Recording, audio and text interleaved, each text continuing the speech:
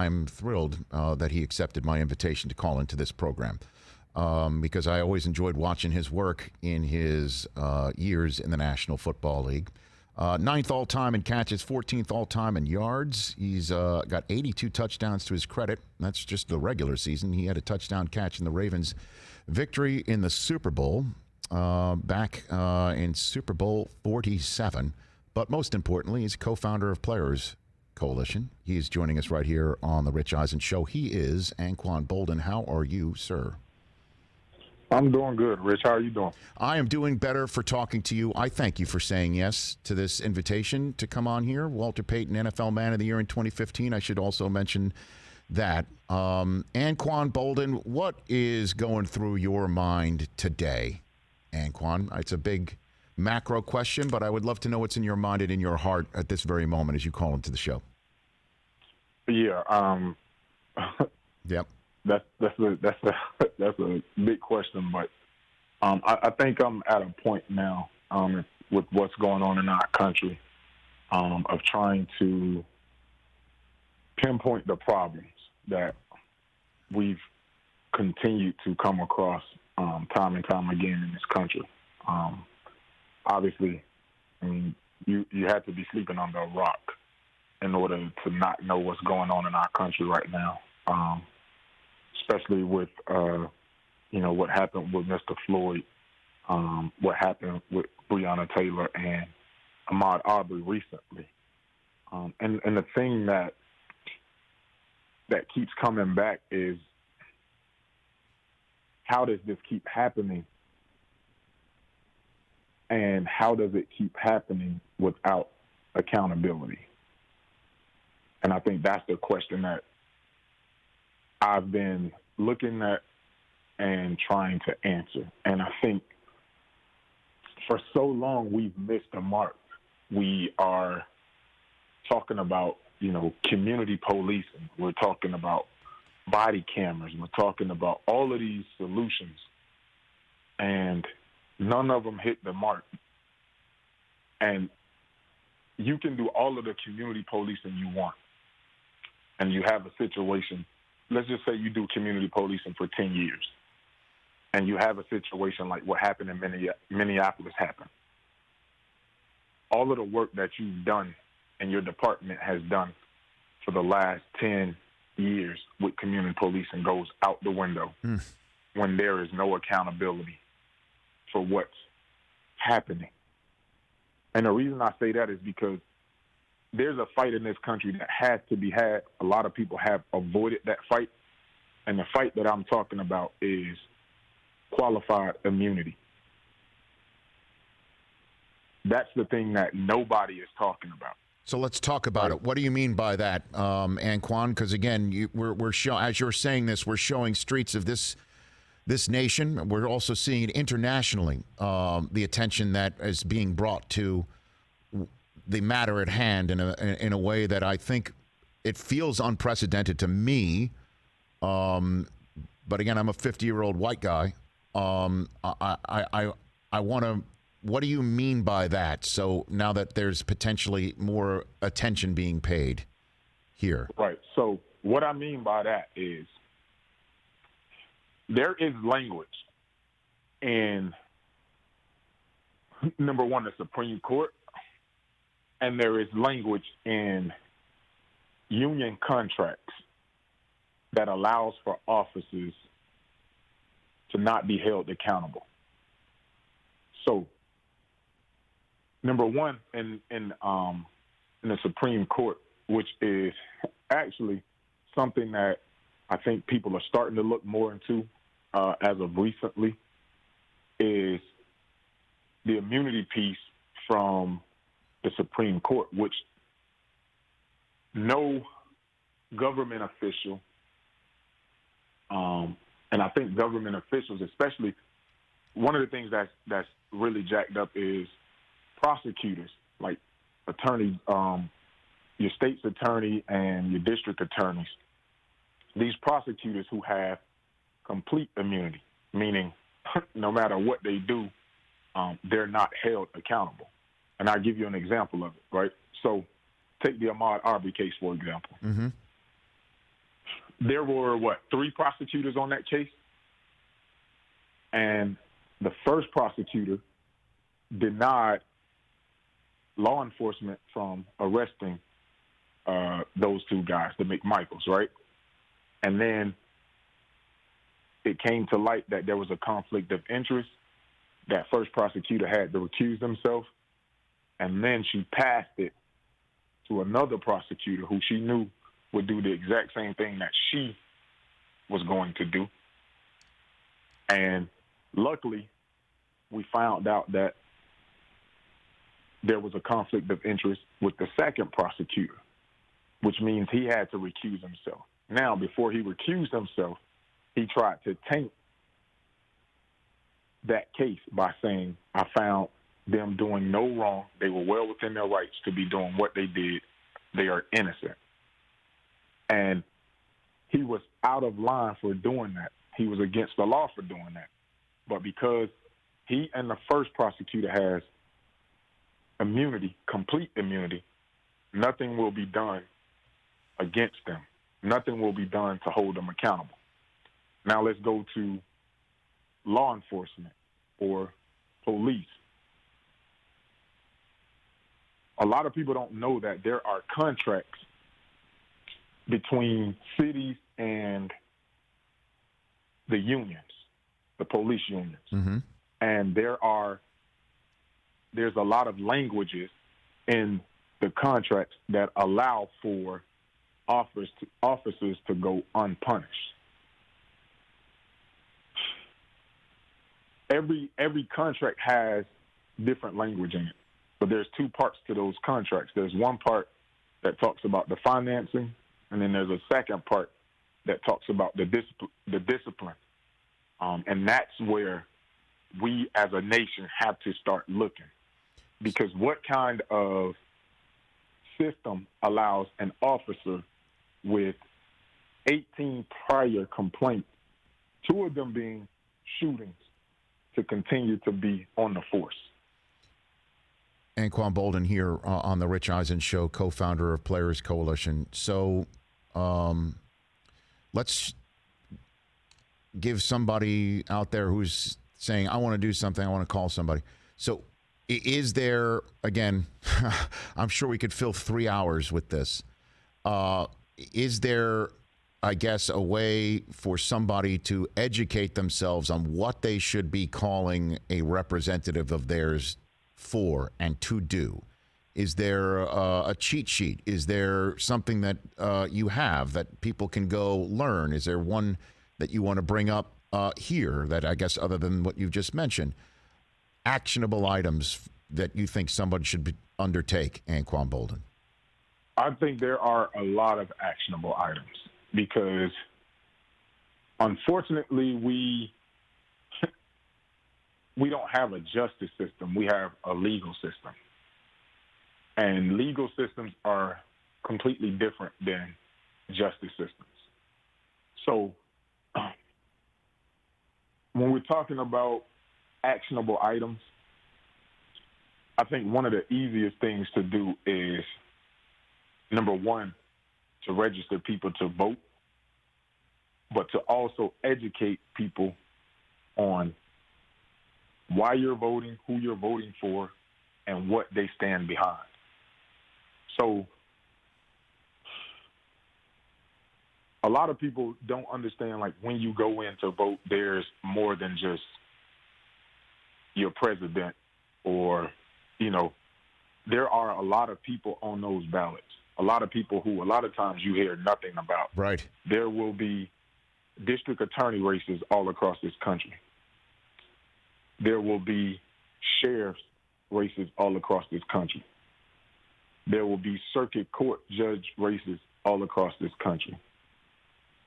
Yes, you will have your presidential election, but your local elections are those people who directly impact you on a daily basis.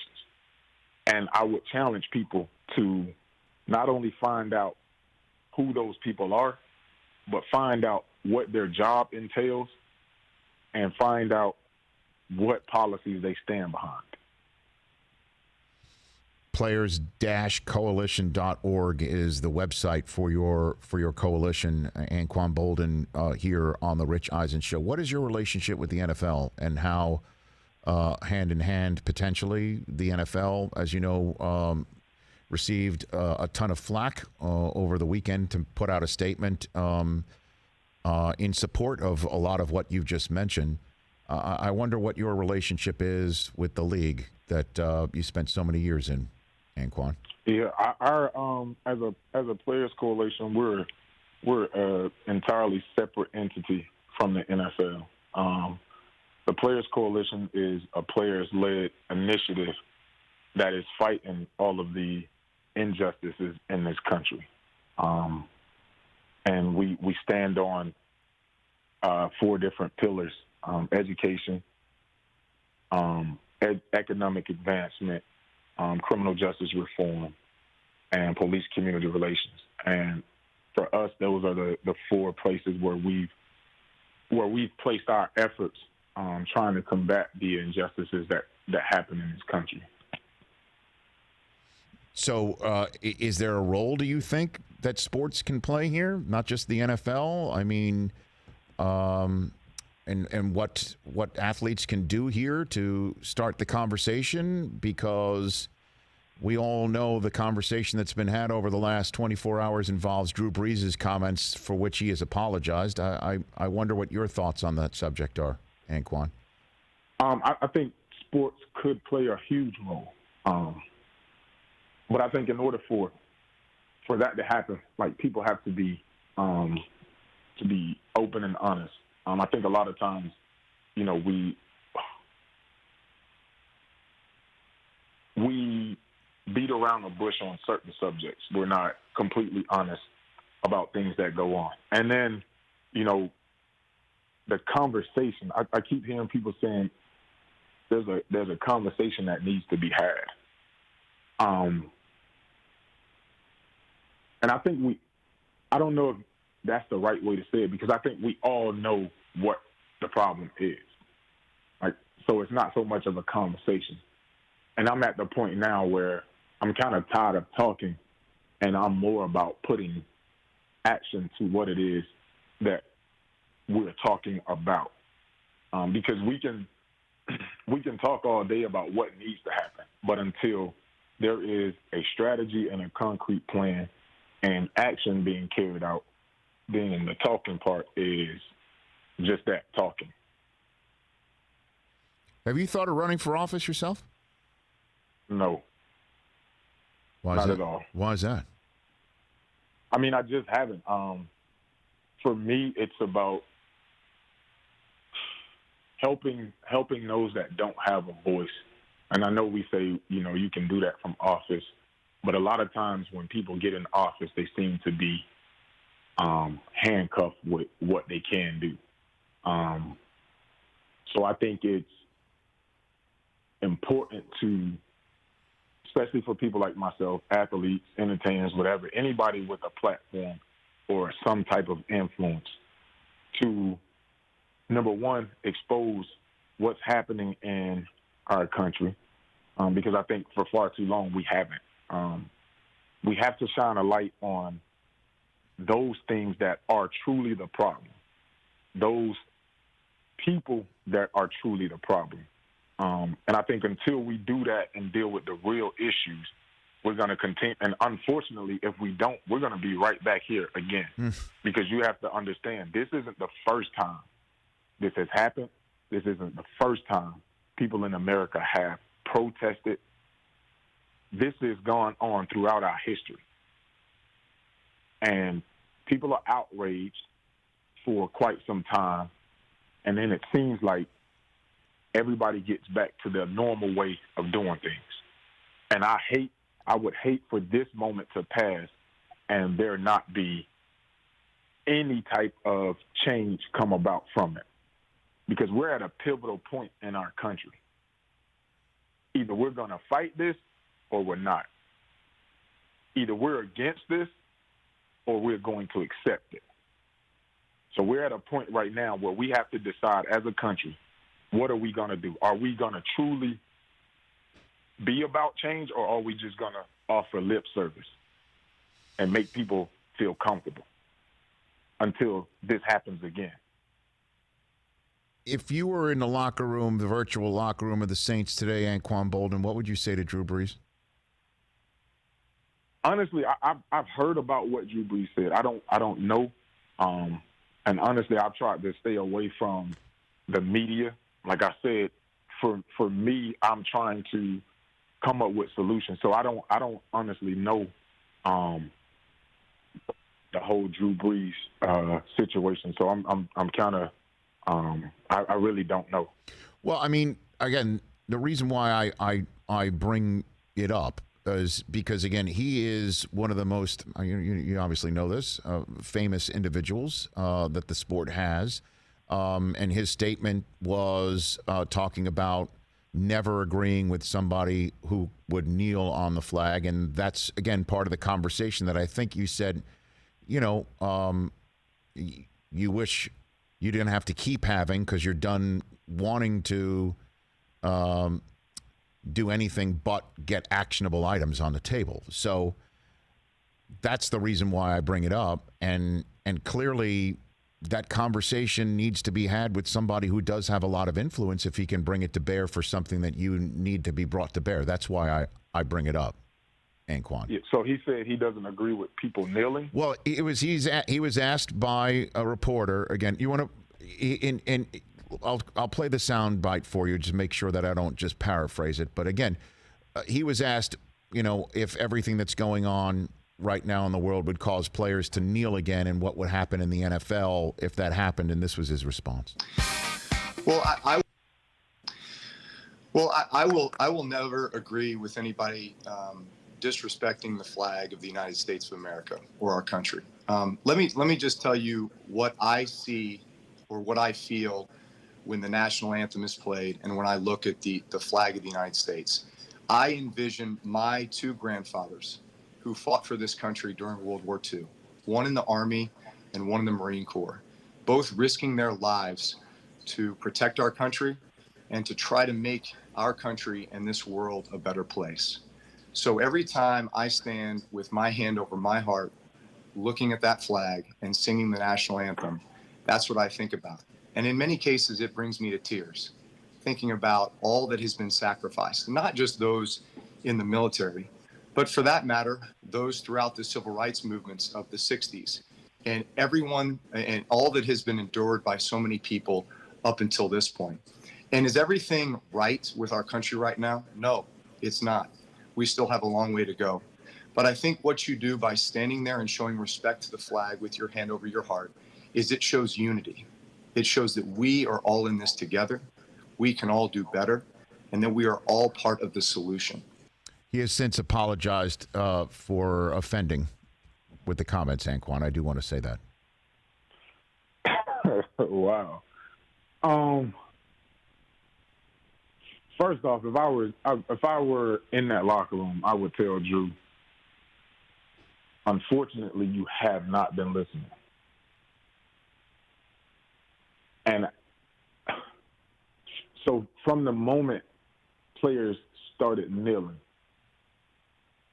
they had to repeatedly say, it's not about the national anthem, it's not about the flag. And players have told you why they are kneeling. And I think every time somebody did an interview, they first started off by saying, it's not about the flag. It's not about the flag. It's not about the anthem. It's about African-American black men and women dying far too often at the hands of law enforcement. So if you took what you just said from the conversations that we've been having over the last couple of years, number one, you haven't been listening at all to what your brothers in the locker room have been saying. And you're trying to tell a group of people how they should handle the injustices that have been happening to them since the beginning of this country. And that's disheartening, and it makes you wonder, are you really about trying to bring about change, or do you just want things to be comfortable in the way that you do them? Because I can't see something happening to a person and that person crying out to me for help, and then I tell that person, number one, how they should feel, and number two, how they should react. I can't tell a rape victim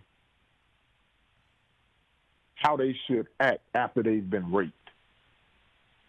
I can't tell them how they should feel after they've been raped. If I'm truly trying to help that person, I have to listen. And I have to have some form of empathy, and I have to step outside of myself, outside of my shoes, in order to really understand what's going on in their lives. Because if I'm not a rape victim, I would never know or never understand what that person is dealing with. And how can I say I'm truly trying to help them if I'm telling them how to deal with it? Well, apparently that's part of the conversations that are being had with the Saints today, Anquan, and I just wanted to place that in front of you because, again, at some point, everybody's got to come together, and we all have to fight this thing together, and that's one of the many reasons why I wanted to have you on here today, to give people who are out there, I guess, before I let you go on with your day, and again, appreciate you calling in, what can people do? One more time, an actionable item to leave everybody with, Anquan. So, like I said earlier, there's a lot of actionable items. We can be on your podcast for hours, yes, talking about things to do. Again, it's important that we vote. It's important that we educate ourselves on who we're voting for, what their positions carry, what their job entails, and the policies that they stand behind. It's also important for us to hold those that are in positions of power accountable. Like I said, if we fail to do that, we will continue to be in this place. If we continue to allow law enforcement to walk away with qualified immunity, then we're going to be in this place again. If we continue to allow a system that has officers with 18 complaints against them continue to be on the force, we'll be here again. If we allow those complaints against officers to not be made public, we'll be here again. And these are the things that are going on that people are not talking about. Government officials, like prosecutors, having complete immunity. No matter how many times they break the law, they're not held criminally responsible. So the only thing we can do, especially for prosecutors, they are elected officials. So we have to know who our prosecutors are, who our DAs and who our state attorneys are. We have to know the policies that they stand behind. And when they don't do the job the right way, we have to make sure that we vote these people out. Anquan, thank you for the time. I appreciate it. Again, your co-founder, Malcolm Jenkins, did quite a video about what we just talked about with Drew Brees, and he's been on before, and I can't get enough of my conversations with him, despite him going to an inferior school of higher learning in Ohio State. Guess I actually did that. And I appreciate you joining as well. What you and Malcolm are doing is just nothing short of amazing and remarkable, and I appreciate you taking the time. Oh, no problem, Rich. Thanks for having me on. You got it, Anquan. That's Anquan Boldin here on the Rich Eisen Show. Walter Payton Man of the Year award winner, and obviously somebody who is about it.